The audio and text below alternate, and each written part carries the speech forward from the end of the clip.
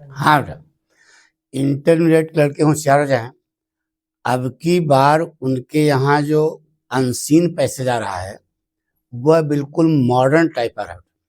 ठीक है, एक हम आपको पीछे बता चुके एआई के बारे में, आर्टिफिशियल इंटेलिजेंस के बारे में। अब दूसरा आज आपको बताया जा रहा है बेटा, जैसे देखते नहीं हो, कोई बंगलौर में नौकरी करता है तो छुट्टी लेकर के घर पे आ जाता है, तो घर पे बैठे बैठे वो ऑफिस का काम करता है। तो ये डिजिटल उपकरणों की मदद से करता है ना बेटा। तो स्थान में बहुत बदलाव, कार्य करना चाहिए बंगलौर में रह करके, लेकिन घर पे जौनपुर में, सुल्तानपुर में, गाजीपुर में, झांसी में बैठ करके बंगलौर का काम करते हैं। तो इस प्रकार का जो है स्टेंजा अब की बार आपकी बोर्ड परीक्षा में आएगा। तो उसी को एक स्टेंजा यहाँ पर हम ले आए हैं जो अब की बार पूछा जा सकता है, पक्का है, आना ही है। आपको बता दिया कि 3 सेट में तो पुराने रिपीट होंगे, हाँ साफ साफ बता दे रहे हैं, लेकिन 4 सेट में बिल्कुल अलग आएगा बेटा। इसलिए हम लोगों को थोड़ा आगे सोच करके अपनी तैयारी करनी है। ठीक है, हमारी बात सुनो। तो चलते हैं, आज एक दूसरा अनसीन पैसेज देते हैं, मोस्ट इंपॉर्टेंट है, ध्यान से।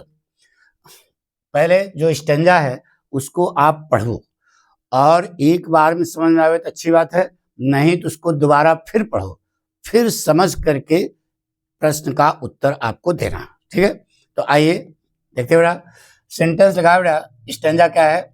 Modern work places have changed significantly. आधुनिक कार्यस्थल, वही जो बताया ना भी, मॉडर्न वर्क प्लेसेज, आधुनिक कार्यस्थलों में बहुत ज्यादा बदलाव आया है। Modern work places have change significantly, महत्वपूर्ण से मतलब बहुत ज्यादा बदलाव, यानी आधुनिक कार्यस्थलों में बहुत ज्यादा बदलाव आया है। फ्लेक्सिबल आवर्स यानी कि लचीले कार्य के समय, एंड रिमोट जॉब्स और दूर की नौकरियां आर नाउ कॉमन, सामान्य हो गई हैं, due to digital tools, digital उपकरणों के कारण। क्या कहा बेटा? फ्लेक्सिबल आवर्स, लचीले कार्य के समय, और रिमोट जॉब्स, डिजिटल टूल्स के कारण अब सामान्य हो गए हैं।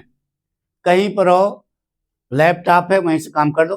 ठीक है, अगले क्यों employees focus on productivity rather than fixed office timing, क्योंकि कर्मचारी जो है उत्पादन पर ज्यादा फोकस करते हैं, अपेक्षा करते निर्धारित ऑफिस के समय की अपेक्षा। कर्मचारी यानी कि employees focus on productivity rather than fixed office timing, कर्मचारी ऑफिस के निर्धारित समय की अपेक्षा उत्पादकता पर ज्यादा ध्यान देते, ज्यादा फोकस करते हैं। Technology allows collaboration from different locations, technology allow माने इजाजत देती है, कोलैबोरेशन फ्रॉम डिफरेंट लोकेशंस, यानी टेक्नोलॉजी भिन्न भिन्न लोकेशनों से कार्य करने के सहयोग को अलाउ करती है, कार्य करने को अलाउ करती है। कौन? टेक्नोलॉजी। अगर टेक्नोलॉजी ना होती तो आप बताइए, जौनपुर में बैठे बैठे बंगलौर का काम कर सकते थे क्या? नहीं ना, वहीगा technology allows collaboration from different locations, जिससे क्या होता है? सेविंग, बचत होती है, टाइम एंड कॉस्ट, समय और कीमत की क्या होती है? बचत होती है। तो कैसे कहोगे? टेक्नोलॉजी भिन्न भिन्न स्थानों से कार्य करने की इजाजत देती है, जिससे समय और कीमत क्या होती है? बचती है। ठीक है, बट चैलेंजेस रिमेंस, लेकिन चुनौतियां अभी भी बरकरार है। क्या चुनौतियां हैं? Like leak of personal interaction, व्यक्तिगत संपर्क की कमी हो गई है। अरे यार, पर्सनल माने व्यक्तिगत, इंटरेक्शन माने संपर्क, व्यक्तिगत संपर्क की कमी, और दैनिक जीवन, वर्क लाइफ, दैनिक जीवन असंतुलित हो गया है। दैनिक कार्य जो है क्या हो गया है, असंतुलित हो गया है।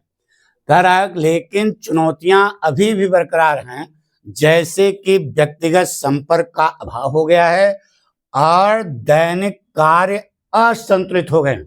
ठीक है। एक्सपर्ट सजेस्ट, कुशल लोग सलाह देते हैं। क्या सलाह देते हैं कि सेटिंग क्लियर बाउंड्रीज, यानी कि सीमा को, स्पष्ट सीमा को नियत करें, स्पष्ट सीमा को निश्चित करें।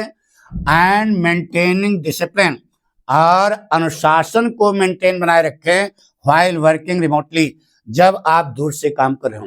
यानी कि कह रहा बेटा कुशल लोग सलाह देते हैं दूर से काम करते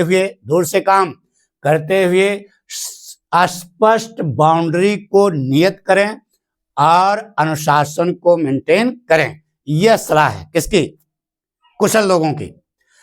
ए बैलेंस्ड अप्रोच, एक संतुलित दृष्टिकोण, हेल्प्स एम्प्लॉइज, कर्मचारियों की मदद करता है। एक संतुलित दृष्टिकोण कर्मचारियों की मदद करता है स्टे एफिशिएंट, उनकी कार्यकुशलता को बनाए रखने में, एंड मेंटेनिंग हेल्थ, और उनके स्वास्थ्य को मेंटेन रखने में। एक संतुलित अप्रोच, एक संतुलित दृष्टिकोण या एक संतुलित अप्रोच कर्मचारियों के मानसिक स्वास्थ्य को और उनकी कार्यकुशलता को बनाए रखने में क्या करता है, मदद करता है।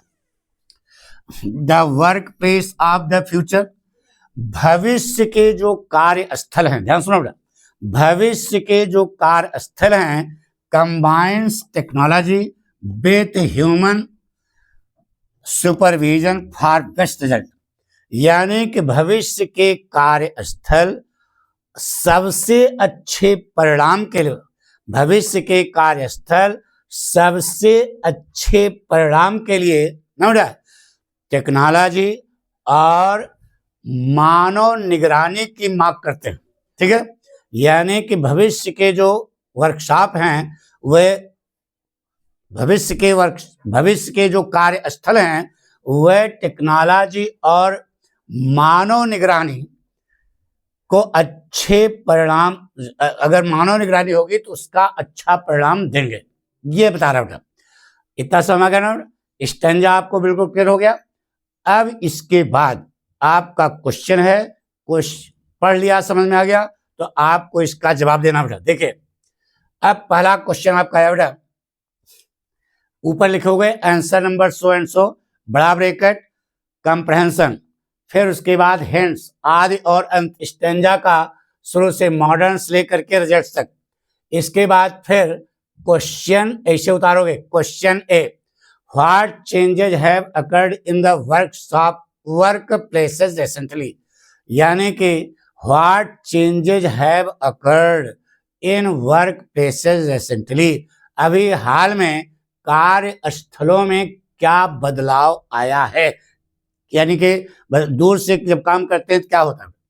तो लिखा हुआ है according to the writer of the above passage flexible hours, देखो यहाँ लिखा है, यहाँ लिखा है flexible hours and remote job are now common due to digital tools, बस इतना लिखना बेटा। तो इसको कैसे लिखोगे कॉपी पर, जवाब देखिए बेटा। According to the writer of the web passage flexible hours and remote job have become common, सामान्य हो गए हैं, ड्यू टू डिजिटल टूल्स, बस यही कारण, यही जो है आपको जवाब लिखना बेटा। जो जवाब है उसका सटीक सा जवाब है कि flexible hours and remote jobs have become common due to digital tools, आधुनिक उपकरणों के कारण। क्वेश्चन आप दूसरा देखिए बेटा, how does technology help employees, technology कर्मचारियों की मदद कैसे करता है बेटा, आई बात सुनो। तो आप देखिए यहाँ पर कैसे मदद करता है बेटा, देखिए यहाँ पर लिखा है technology allows collaboration from different locations saving time and cost, यानी कि भिन्न भिन्न लोकेशनों से कार्य करने की अनुमति देता है और जिससे समय और कीमत बचती है। यही आपको जवाब लिखना बेटा, लेकिन लिखोगे कैसे कॉपी पर, इधर देखो। क्वेश्चन बी, क्वेश्चन उतारोगे, how does technology help employees? तो in the eyes of the writer of the above passage, ऊपर के पैसेज के लेखक की निगाहों में technology allows collaboration from different locations ना, जिससे समय और कीमत जो है क्या होती है, बचती है। बस ये लिखना है, सेविंग टाइम एंड कॉस्ट। पूरी बात समझ? इन द, ये तो तकिया कलाम है तो लगाना पड़ेगा जिससे थोड़ा सा इंप्रेशन बने। इन the eyes of the writer of the web passage technology allows collaboration from different locations saving time and cost. बस इतने जवाब लिखना बेटा। अगला क्वेश्चन क्या है, name one challenge of remote work. Remote work का एक चैलेंज आप बताइए। आपको बताया था बेटा, व्यक्तिगत संपर्क की कमी हो रही है।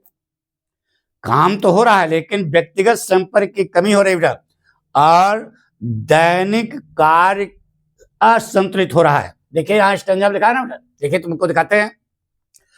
देखिए, like leak of personal interaction and work life imbalance, यही इतना लिखना है। अब इसको आप कैसे कॉपी पे लिखोगे, अंधी नहीं मारना बेटा, जैसे पाठक स्टाइल। अब इस बात को, name one challenge of remote work, यानी कि आपको कह रहा है कि दूर के कार्य की एक चुनौती बताइए। तो आप अपनी लैंग्वेज लिखो, इन माय ओपिनियन, मेरी राय में। अब विद्यार्थी अपनी राय लिख रहा है, समझो स्टाइल चेंज हो गई। विद्यार्थी अपनी राय लिख रहा है, क्या लिख रहा है कि one challenge of remote work is, दूर के कार्य की एक चुनौती यह है, is leak of personal interaction, व्यक्तिगत संपर्क की कमी, आर वर्क लाइफ इम्बैलेंस, अथवा दैनिक कार्य का असंतुलन, दैनिक कार्य का असंतुलन।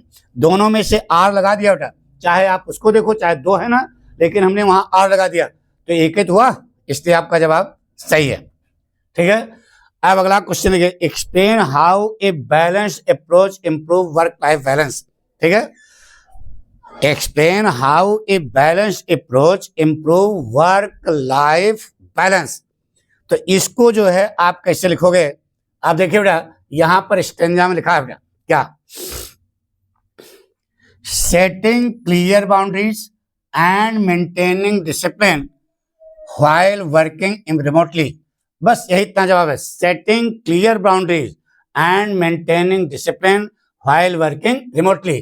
तो इसको आप जवाब लिखिए बेटा, क्या लगा, इन the view of the writer of the passage setting clear boundaries and maintaining discipline help employees, देखो यहाँ help employees stay efficient and maintaining healthy। भाई इस प्रकार से अगर आप कॉपी पर पूरा जवाब लिखोगे तो एग्जामिनर प्रभावित होगा बेटा, नहीं तो सीधे अगर जवाब लिख दोगे तो उसका प्रभाव कम पड़ेगा।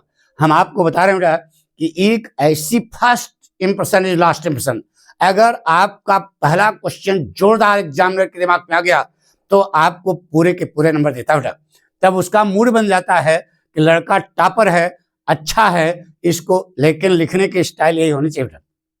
देख रहे हो ना, हर क्वेश्चन में according to the writer of the passage, in the eyes of the writer of the passage, in the opinion, in my opinion लिखा, in the view of the writer of the, ये style है बेटा। ठीक है, इससे presentation आप में 4 चांद लग जाता है। एक चीज बताएं बेटा, एग्जामिनर कॉपी जांचते समय आपका नॉलेज नहीं चेक करता, वह चेक करता है कि लड़के ने अपनी बात को कैसे प्रेजेंट किया है। एक लड़का वही जवाब लिखता है, उसको 3 नंबर मिलता है 5 में, और एक लड़का जो है जवाब लिखता है उसको 5 में 5 नंबर मिलता है। तो जब 5 में 5 मिलेगा तब तो टॉपर बनोगे ना। तो ये चीज है, ये चीज सीखना बेटा। ठीक है, अगला क्वेश्चन देखिए बेटा, लिखा है word meaning collaborate from different location, ऐसे लिखना बेटा जवाब। आंसर इसका लिखना है, क्वेश्चन नहीं लिखना, आंसर ई। ठीक है, collaborate from different location, phrase, phrase माने शब्द समूह, ये लिखा। इसका मीनिंग एक वर्ड, कोलैबोरेशन, दूर से कार्य करने का सहयोग। ठीक है, कोलैबोरेशन क्यों लिख दो, बस कोलैबोरेट फ्रॉम डिफरेंट लोकेशंस, एक वर्ड हो गया कोलैबोरेशन। अब दूसरा क्वेश्चन क्या है, word opposite to flexible, flexible का लचीला क्या होता है, कठोर। तो फ्लेक्सिबल ऐसे लिखना, वर्ड के नीचे फ्लेक्सिबल और इधर अपोजिट के नीचे क्या लिखना, रिजिड। रिजिड माने क्या होता है, कठोर, ठीक है, लचीला और कठोर। अब देखो तीसरा क्या होता है, replace maintaining with similar word, similar word माने सिनोनिम पूछ रहा बेटा, तो इधर लिखो वर्ड और इधर लिखो सिनोनिम, पर्यायवाची। तो मेंटेनिंग का सिनोनिम क्या होगा, कीपिंग। मेंटेन रखना मतलब कीप रखना, तो मेंटेनिंग का सिनोनिम क्या होगा, कीपिंग। इस प्रकार से केवल इतना ही लिखना बेटा। देखो इधर आंसर नंबर ई का जवाब आपको केवल इतना देना है, क्वेश्चन नहीं उतारना है, यानी कि क्वेश्चन है केवल आंसर नंबर ई जैसे हमने लिखा है इससे आप लिख देना, आप पूरे के पूरे नंबर पाने के हकदार हैं।